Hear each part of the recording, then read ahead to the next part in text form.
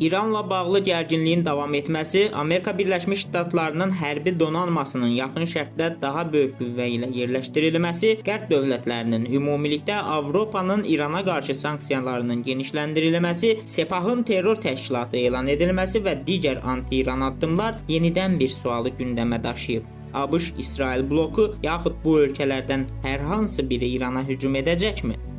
Yerləşdiyimiz mövqe və malik olduğumuz hərtərəfli müttəfiq əlaqələr bu suala bağlı olaraq ikinci bir sualın, əgər İrana hücum olarsa, Azərbaycan və Türkiyə necə davranmalıdır sualını ortaya çıxarır və bu sualın cavabının tapılmasını vacib edir. Bizə görə birinci sual əsas olsa da, ikinci sualın cavabı Azərbaycan və Türkiyə baxımından daha vacibdir. Ancaq ilk sualı da cavabsız qoymaq olmaz. Zira ilk sualı cavablandırmadan ikinci sualın cavabını anlamaq mümkün olmayacaq. Elə isə ABŞ-İsrail yaxud bu iki ölkədən biri İrana hücum edəcəkmi?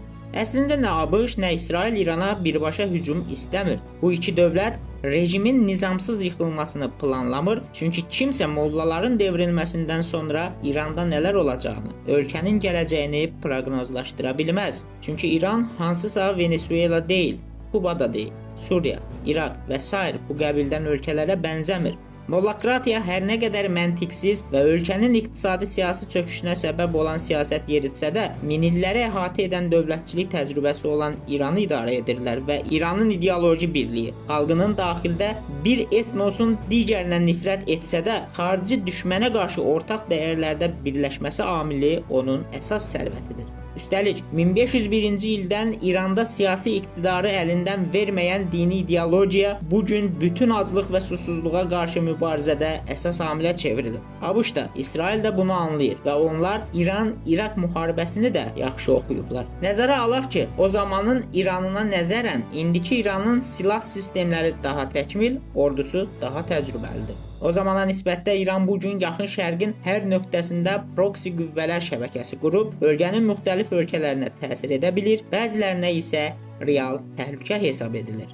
Elə ərəb dövlətlərinin özləri də etiraf edirlər ki, İranın raket sistemləri onların 10 illərdir qurduğu bütün iqtisadi texnoloji infrastrukturu məhv etmək əzmindədir. Ona görə də gözləmək olar ki, İrana mümkün hücum anında ABŞ və İsrail ciddi logistika problemləri yaşayacaq, kimsə ərazilərini onlara açmayacaq. Açanlar real hədəf olacaq və ABŞ-ın İranda hesabladığı qısa müddətli zərbələrlə nəticə əldə etmək planı iflasa uğramaqla münaqişə eskalasiyaya məruz qalacaq. Digər tərəfdən, hazırki rejim bir vaxtlar qərbin maraqlarına uyğun idi. Dinsiz sovetlərə qarşı mübarizə aparan qərblər üçün mollaqratiya, yəni şəriətin olduğu İran, SSR-nin diqqətini cənub sərhədlərinə yönəldir, real təhlükə kimi qəbul edilməklə düşmənlərinin sayını artırırdı. Ancaq mollaların SSR-nin dağılması ilə Rusiya, daha sonra Çinlə əlaqələrini artırması kollektiv qərb üçün təhlükə mənbəyi oldu. Çünki İranın ucuz neft və digər məhsulları Çin bazarlarında canlanmanın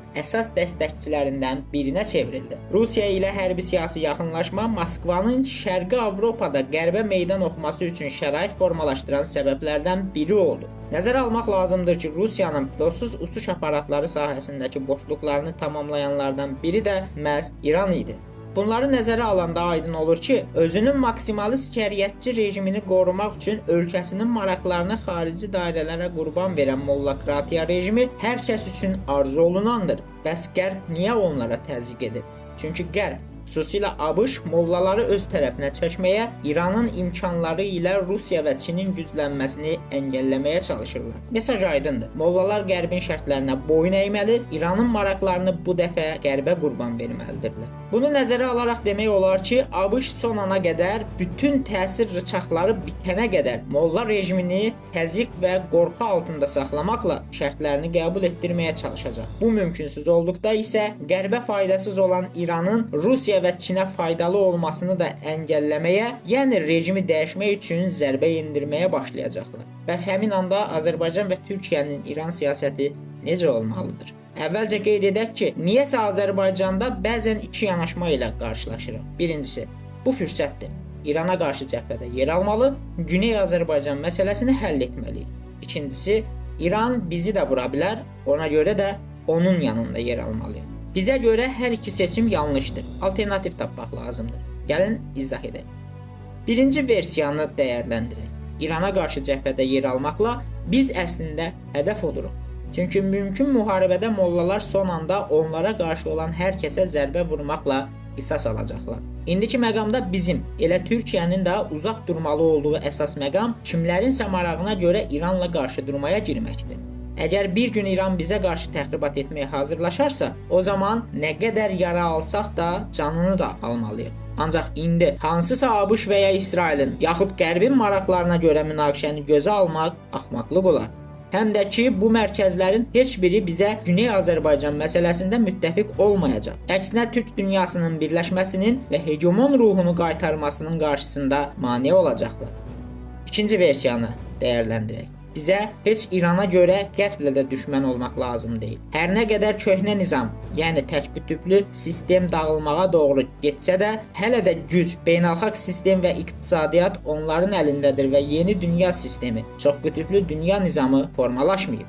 Həmin ana qədər ilk növbədə Qərblə əlaqələri qorumaq, yeni dünya nizamı formalaşanda isə bərabər hüquqlu münasibətləri formalaşdırmaq lazımdır. Bəs alternativ seçim varmı? Varsa nədir? Bəli, bizim alternativ seçimimiz var. İkinci Dünya müharibəsi zamanı Türkiyə dövləti çox yaxşı yol izləmişdi. Döyüşən tərəflərə heç bir bloka qoşulmayacağını, heç bir tərəfə qarşı cəhbə almayacağını aydın bir dillə bildirmişdi. Əlavə olaraq qeyd edilirdi ki, əgər bloklardan hansısa biri Türkiyəyə hücum etmək, onu işğal etmək və ya hansısa formada ona zərər vurmaq istəyərsə, o halda rəsmi Ankara qarşı tərəflə ittifaq quracaq və qarşılıq verəcək. Bu kifayət qədər çəkindirici addım idi və nəticəsində Türkiyənin belə qanlı savaşdan burnu qanamadan çıxması ilə nəticələndi.